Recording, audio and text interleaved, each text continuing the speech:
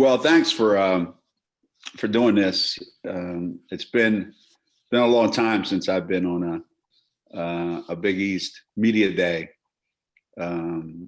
event. It's been it's been something that obviously everybody at our school and everybody in the state of Connecticut has been excited about being back in the league. And the players that we have now have never played in the Big East, so they really don't, they don't have the history that my coaching staff and CD and Shay and Jamel, who played in the Big East and coached in the Big East. And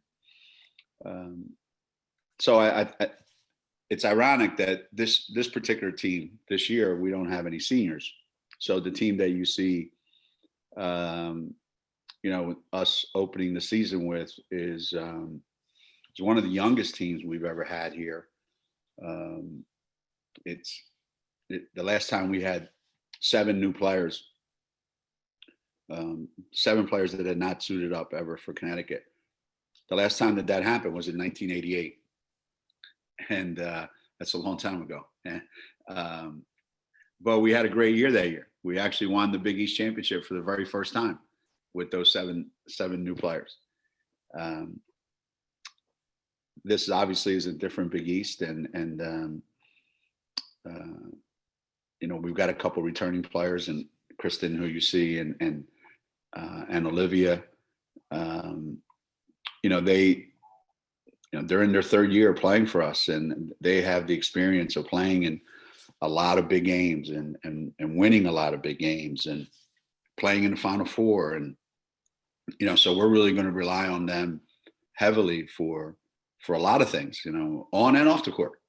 And that's always a key to a team success, what kind of leadership you're getting from your upperclassmen. And we're hopeful that Avina can shake off some of the rust of not playing a lot during the last year and a half, and then coming off of surgery.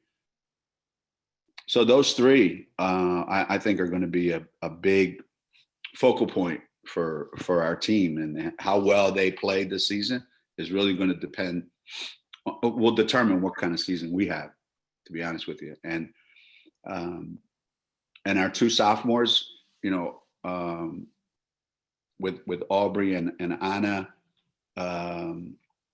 coming off freshman year, where they each had kind of like their own moments, where they looked like they were going to be really, really good players. And now, they're anxious to be more consistent, to be more productive. And they can be.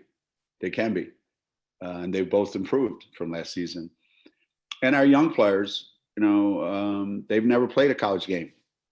So I don't even know why we have a preseason freshman of the year. That's pointless. I thought we did away with that stuff. I know, like, we used to have like a preseason all freshman team where you actually had to vote for 5 guys who you've never seen play a college game. Hey, I think they're going to be first team all Big East freshmen. Like, yeah, come on. You got to be kidding me. By the end of the year, half of those guys didn't even play. So, I don't even know. Here, let me put my hand over. Why? I don't even know why we have Paige on this call, So anyway, everybody knows, everybody knows about Paige. Everybody knows, because that's what comes with being so highly recruited, and that's all the attention, and that's all well and good. She, Paige handles it great. She's a great teammate. She's, easy to coach. She's easy to be around with her teammates. But I don't think Paige is single-handedly going to come in here and win us the national championship. That's not how this works. So, the other young players are all going to contribute in their own way, and some of them more than others. By looks of it right now, if you come to our practices, there are times when Aaliyah Edwards and Nika Mule, those guys, sometimes they look like they've been playing college basketball for a while, because they fit right in. They slide right in, so Paige, Nika, Aaliyah, they kind of mix really, really well with our returning players. Mir, once in a while, Piath, less. Autumn, who was a walk-on, less. But everybody's gotten better. Everybody's gotten better. Everybody's been able to catch up, a little bit more each and every day, each and every week that we've practiced. So we're like everybody else. I think we're anxious for hopefully a safe season, a healthy season, and I can't wait for the games to begin. To be honest with you, I think the kids are already sick of practice. I know I am. Hey, Coach, good to see you. I got two questions for you. One is just with all that's going on in this world with COVID, how happy are you to be back in the Big East where you can bus to maybe half your games if you want to, which makes travel that much easier for you. So just being back in the Big East and not having to charter everywhere and going to God. Well,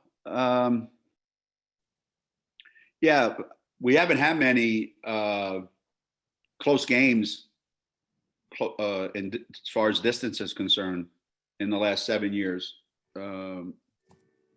Temple being the closest one. So, having the ability to get on a bus and go to Providence, go to St. John's, go to Seton Hall, even Villanova if we had to, and then even more important, I think, is those weeknights when you play, at 7:00 on the road, you're getting home at a manageable time. The situation we found ourselves in for the longest time was, how often we would come home, at really, really, really late hours, and that just made it tough on the players, the kids the next day, with classes being at 8:00 most of the time. We still have our shared charters, obviously,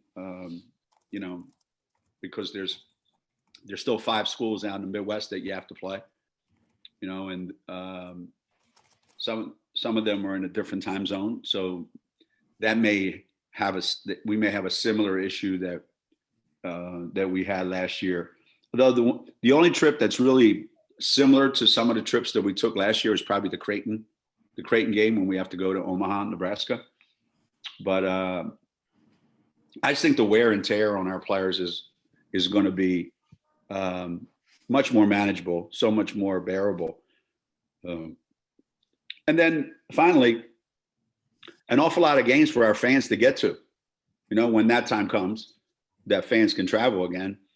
That, back in the day, there would be a ton of UConn fans at all our Providence games or St. John's games or Seton Hall games and Villanova games. And, our fans, they travel to a lot of games. Now, when that happens, I think, the people in Connecticut are going to be pretty excited about it. They haven't had a chance to do that the last 7 years.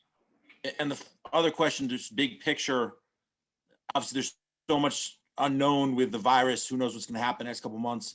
How confident are you that we're going to be able to get to March and still be playing basketball and have an NCAA tournament?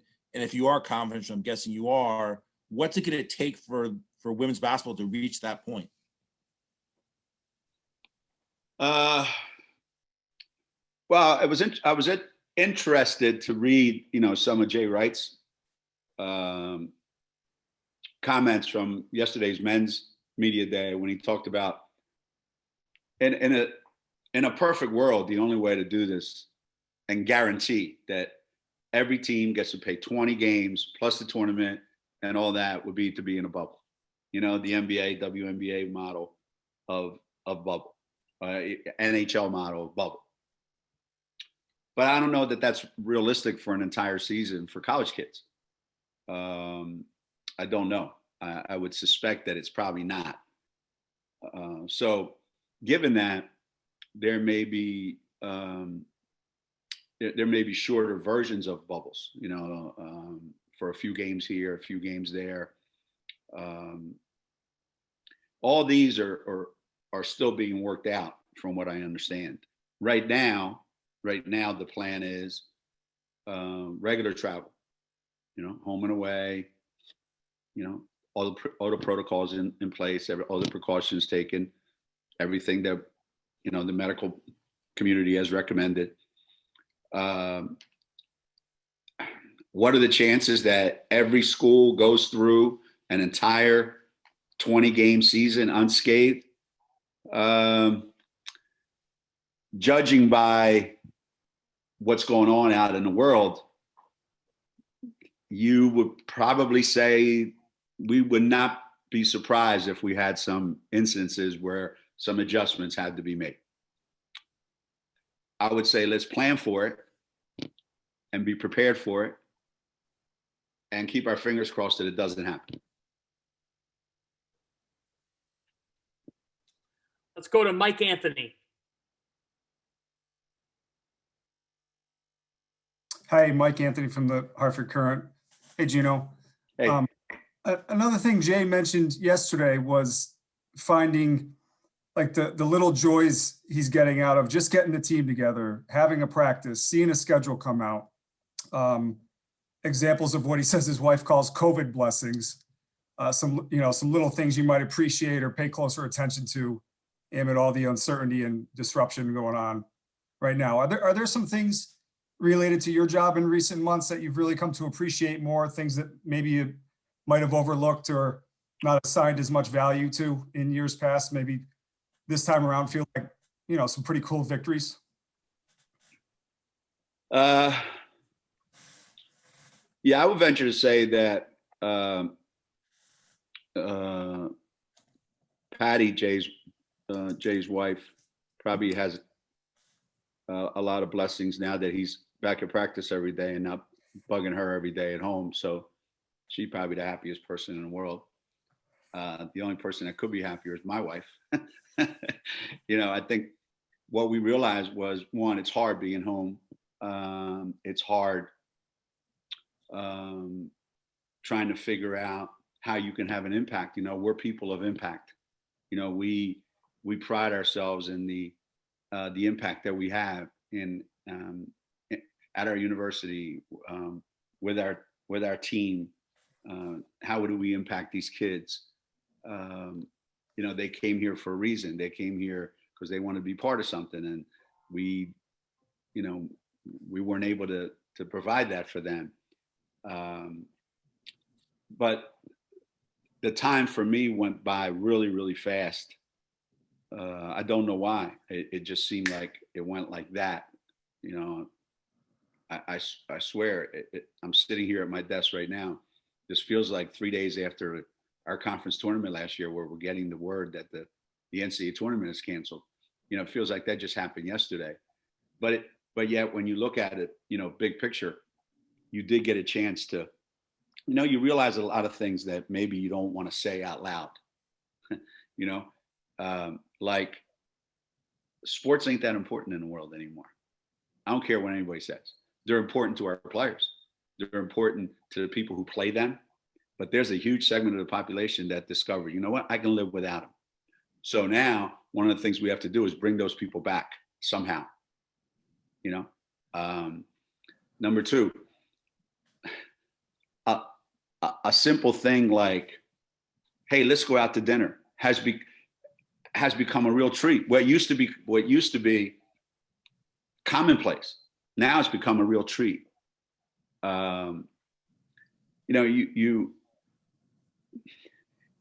You value your relationships more with people. I would come to the office probably every day, March, April, May, or every other day at least, and there'd be no one here. And you felt alone, lonely. You felt out of place, because this is the place where you would come to interact, to feel the connection between you and your coaching staff, you and your athletes. And to not have that, sometimes when you've been coaching as long as we have, you take it for granted.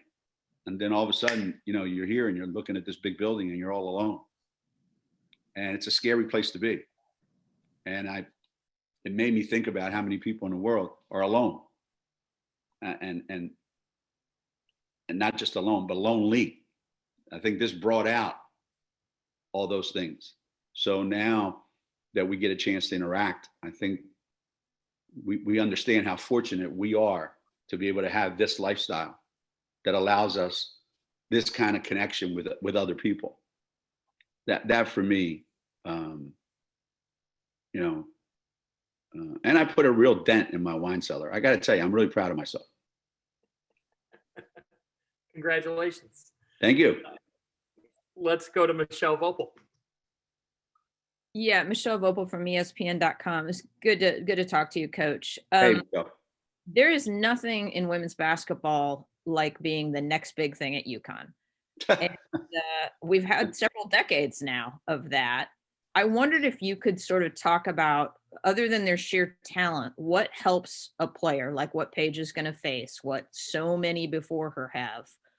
What helps them get through that first year, and has anything changed about the way you deal with that player who has so much on her shoulders and everybody's looking to her at such a prominent program?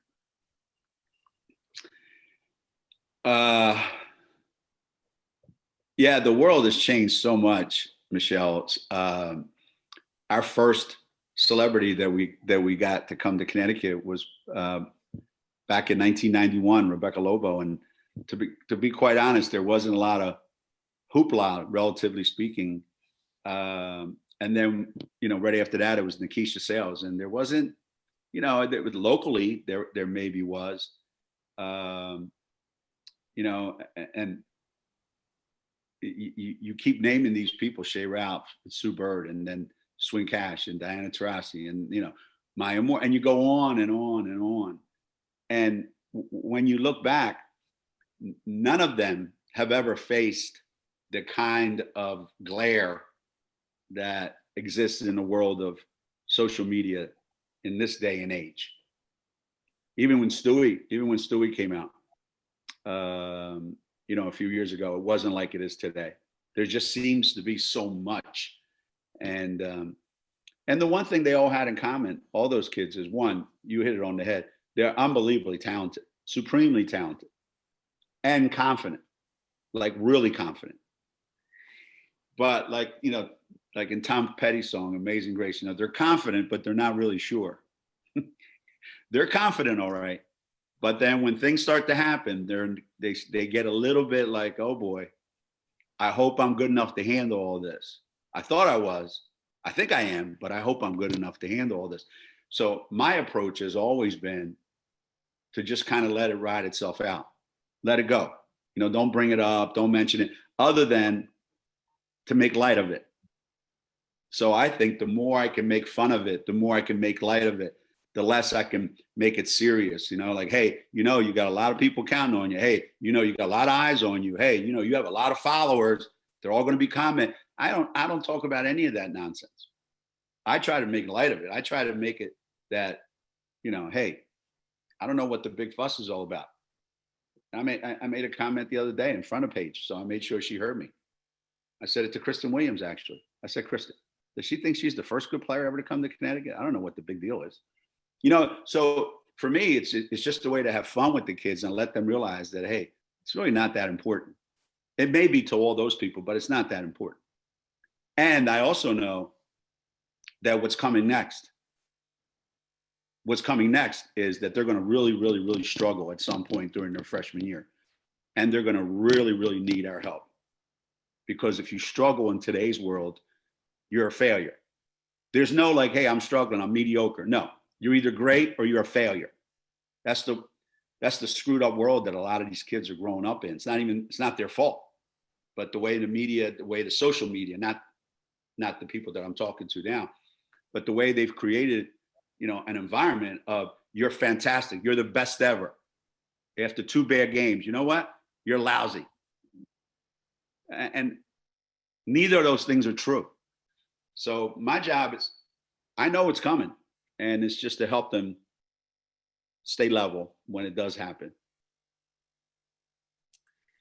We will take our next question from Alexa Philippou. Hey, Gina, thanks for the time today. Hey. In general, how difficult has it been to, with so much kind of uncertainty still on the conference side? I know the schedule after December and the format, and that's all kind of still up in there. How difficult has it been to still try and get some of those non-conference marquee matchups still on the calendar. And it looks like, there will be a good bout of them. And how did you all prioritize that and trying to form the schedule with all the certainty? Well, the way it played out was we had our schedule all set. We knew what our non-conference schedule was going to be. We knew we were playing in the tournament at Mohegan. We knew we were playing Quinnipiac, and we were playing the winner of Mississippi State and Maine. We knew that. We knew that was the schedule. We knew we were playing Maryland. We knew we were playing at Virginia. We knew we were playing Dayton. We had these games all set up. Now, when the NCAA said no games before November 25th, some of those games went away. And there's nothing you can do about it. So you just are not going to replace that. Then the Notre Dame thing fell apart for whatever reason. I still don't know the real reason, but it fell apart. And we were able to plug Louisville in because I'm sure they had the same issue with somebody else. But the South Carolina game is still on the schedule like it was before all this. So is the Baylor game. So is the Tennessee game.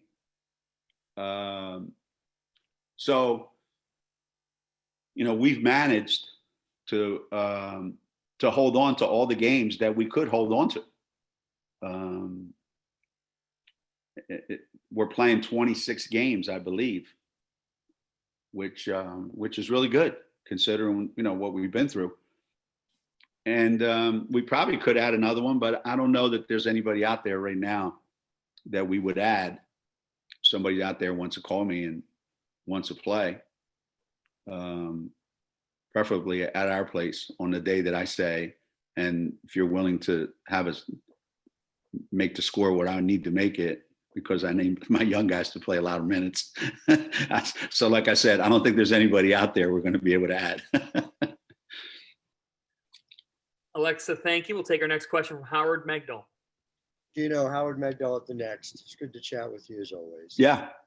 Just want to jump off of what you're talking about with Paige and, relative to the question I had asked her as well, where, there's all this conversation about her. There's a freshman player of the year before we see her play a game. How do you define success for her in year one? I guess big picture, where you want her to be, and also just day to day, what you need to see that constitutes that success. Well, I think Paige has had a lot of success in college already. If you watch her at practice every day, she's a really, really good college player already. So in some ways, her month of October has been a tremendous success. What will November be like?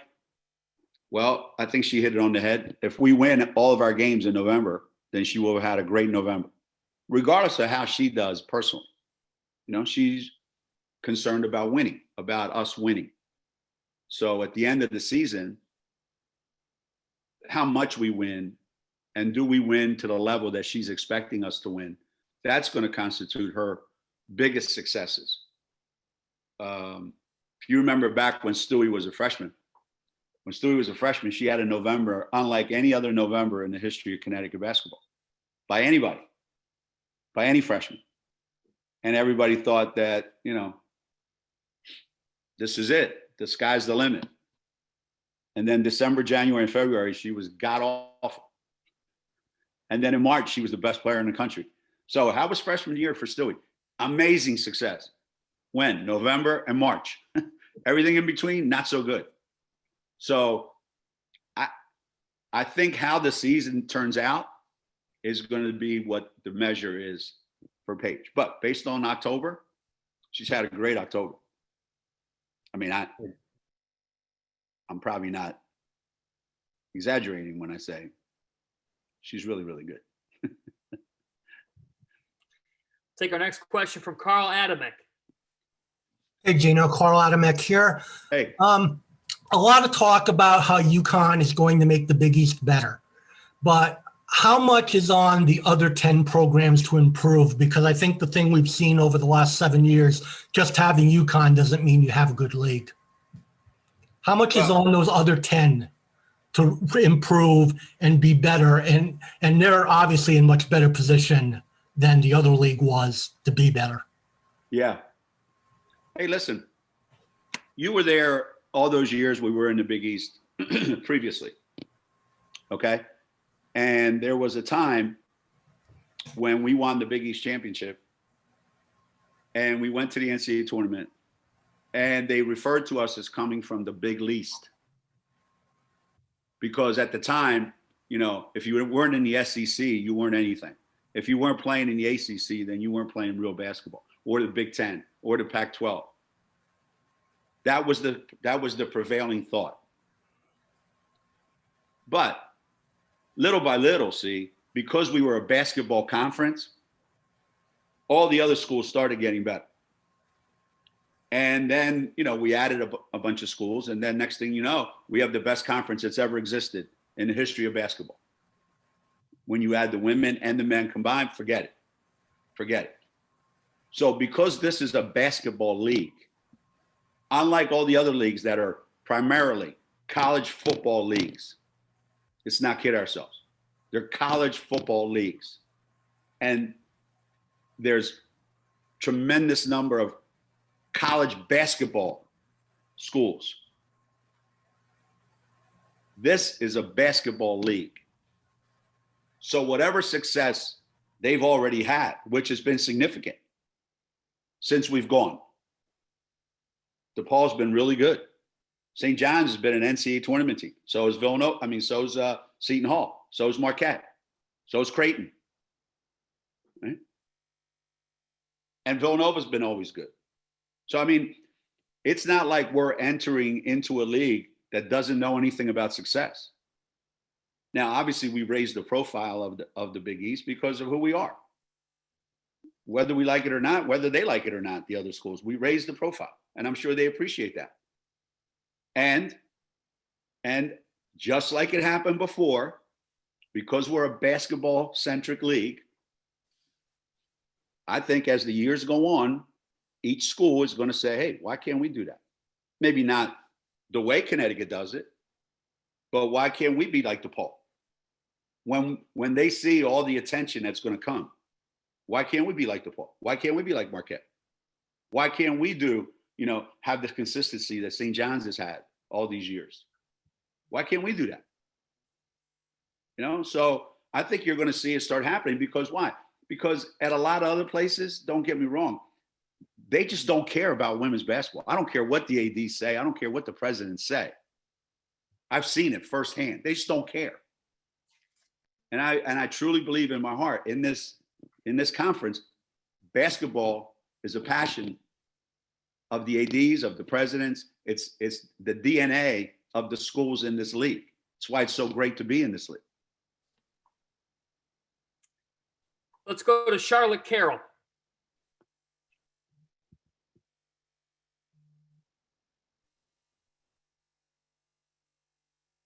Hi, Geno. Hope you're doing good this morning, and thanks for hopping on. Hey. I kind of wanted to follow up on Election Day and what Kristen and Paige said about going to your place. Is that something you've done in the past with your teams? Is it new this year because you guys have that day off? Or is it even more important this year, obviously, with the election being so important this year? It's not the first time that we've done it. No. And it's not something that I say, hey, this is mandatory. I just put it out there. You guys want to come over for dinner? We don't have practice. You guys, you want to stay home and do your own thing? You want to come over? It's up to you. So they said, yeah, we usually have the team over, but things being what they've been, we just haven't had a chance to do it, to get together. So figure it's an off day. I know there's tremendous interest in this particular election, but I still remember Renee Montgomery's team, Renee and Tina and Maya and that crew, being at my house in 2008. That was pretty amazing for the election. And it's an opportunity also to make them feel part of the process, to make them feel part of the process, to sit there and experience what it feels like to have an investment, that they've invested a part of themselves in this election, and to not just, wake up the next morning and go, yeah, I wonder who won.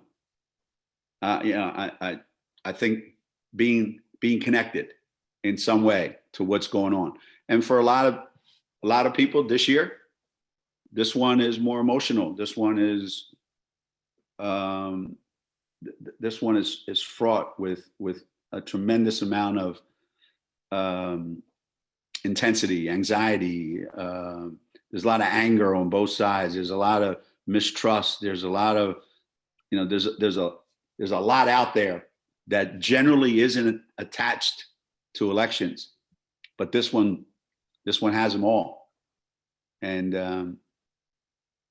they've all invested a piece of themselves into this, and I want them to experience that feeling, what it feels like when you give yourself to something. Let's go next to Patrick Eaton-Robb. Hi, Geno. Pat from the AP. Hey.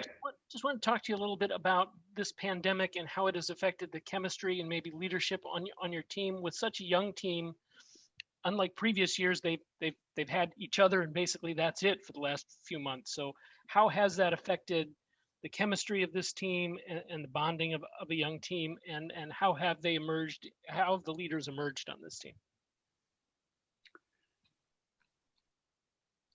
Well, I have to say that off the court, the closeness of this team is quite remarkable, given how many young players we have. Maybe the pandemic has forced that upon them, but there's a tremendous chemistry among our team off the court, in the time that they spend doing the things that really close teams do, and how they look after each other, how they care for each other. Those things are not easy to do, and they've hit a home run with that, grand slam with that. The frustrating thing for me right now and for them is that stuff's not carrying over on the court very well, because it really shows up the difference in the players.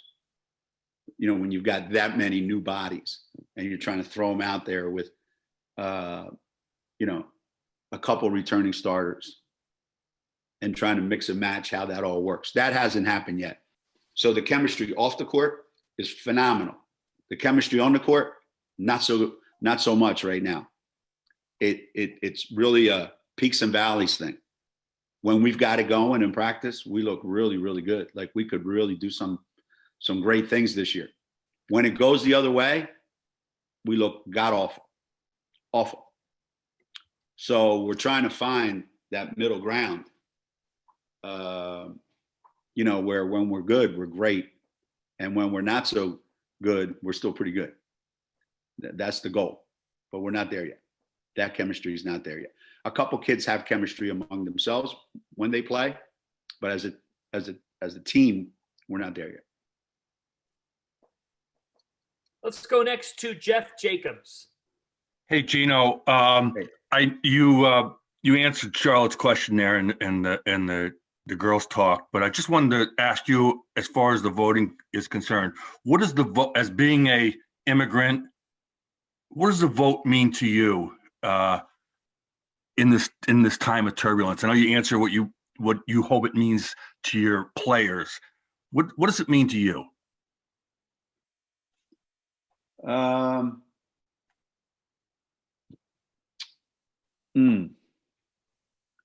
Well, I've kind of experienced all of it from being a kid who's not a citizen, who even when I turned 18, not being a citizen, I couldn't vote, and becoming a political science major because I was fascinated by the process of how governments work, to becoming a citizen, living through the 60s, experiencing, my mother becoming a citizen, even though, she can't read, she can't write, but she's a great American, and to be honest, I've never felt anything like I'm seeing and I'm feeling in today's world. Never. Not ever, any time in my life have I been so disgusted with so much of what I see happening in the country. And the pandemic is one of the least of our problems. There's a cure for the pandemic. It's out there. It's coming. I'm not sure there's a cure for some of the other stuff going on in this country. You can't make a vaccine for some of the nonsense that's been going on in this country. You can't. There isn't a vaccine for that. The only thing you have for that is your vote. That's it. There's no vaccine. No one can inoculate you from the stuff that's been happening in this country, the things that are being said, the way people are treating each other. It's just the most anger I've ever felt in my life about anything has been what's going on in the world, in our world right now, in this world right now, in America especially. And as someone who I think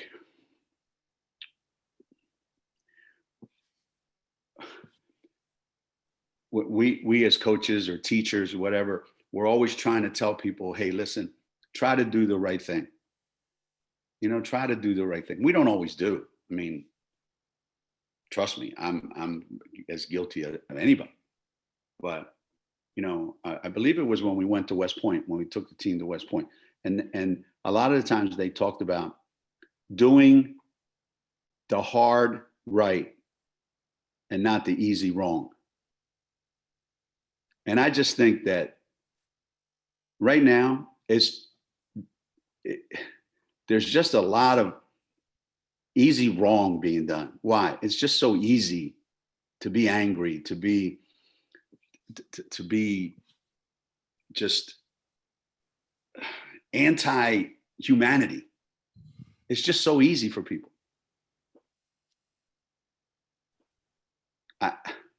I've never felt like this before, ever in my life. And I've never had the kind of arguments, the kind of discussions, the kind of back and forth between really, really close friends where you just say to yourself, thank God there's a bond there that's greater than what's going on in this country, because otherwise, I see it. People, lifelong friends, losing friendships over what's going on right now. The anger on both sides towards each other. It's just, I mean, look, politicians lie. It's just par for the course, You take a course in that when you decide to become a politician, how to be a tremendous liar. So I'm not surprised by that, but man, never in my life have I seen anything like this. I feel for my grandkids. I really do. I really do. We will take our final question in this session from Erica Ayala. Greetings, Coach. Erica Ayala with the next newsletter. And I actually want to go off of the comments that you just made. First, if you maybe could clarify a little bit more, some of the things or big broad topic areas that you think are leading to some of the feelings and the conversations that you just had. And then that leads me to some of the initiatives that conferences such as the Big East have undertaken to focus on diversity, equity, and inclusion. Of course, that's something that Commissioner Ackerman's talked about, but I mean, I hear the passion in your voice. I see it in your mannerisms. Obviously, this is something that you're dealing with. I would imagine that other staff and of course players are dealing with as well. So when it comes to resources, as far as Commissioner Ackerman said, not really aiming to eradicate racism is the language that she used, but perhaps just to forge a path forward. What are some of the things you and your staff are focused on for yourselves and for your players? I'm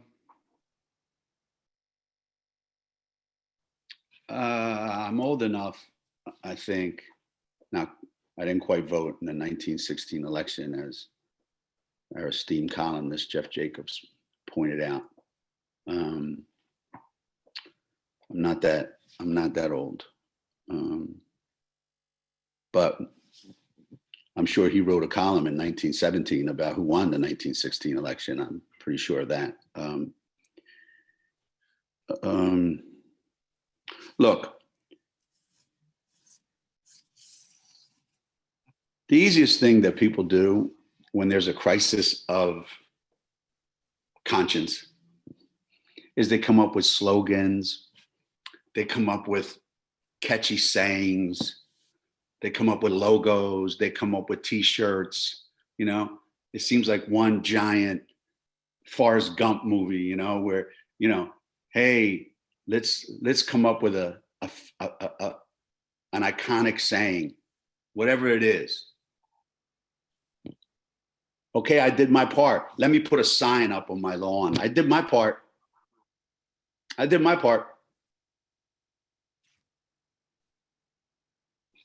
That's as good as all the thoughts and prayers are with the victims coming from Washington, D.C. whenever some crazy person, and I don't mean mentally ill person, I mean someone who's got to be deranged, takes a gun and shoots a bunch of school kids. Our thoughts and prayers are with you. That sounds good. It'll be in the headlines. But when it comes time to vote for any kind of meaningful reform, nah, I'm not going there. But it sounds good. And if I wear a t-shirt, that means I support it. But when it comes time to vote, nah, I'm not going there. Look, I put the sign up on my lawn. Come on, leave me alone. I did my part. But come Tuesday, nah, I'm not going there. No. See, because there's the outward me that shows you I support change in this country, but the inward me, for a lot of people, when I go vote, nah, not really. Not really. Because if it was true, we wouldn't need signs. We wouldn't need t-shirts. We wouldn't need catchy slogans. We wouldn't need any of that. We wouldn't need buttons. We wouldn't need patches on our jersey. So yeah, all these things are great. Don't get me wrong. But you know what they all are? They're symbols of what? I care. I want to do my part. Okay. Colin Kaepernick took a knee. How'd that work out for him? So now everybody takes a knee. How's that working out? How many white policemen did it stop taking a knee? Huh? But it looked good. So everybody's doing these great things to show their support. But guess what? Your support comes Tuesday. Tuesday. No slogans, no buttons, no t-shirts, no signs on your lawn. Just show up Tuesday and do the right thing.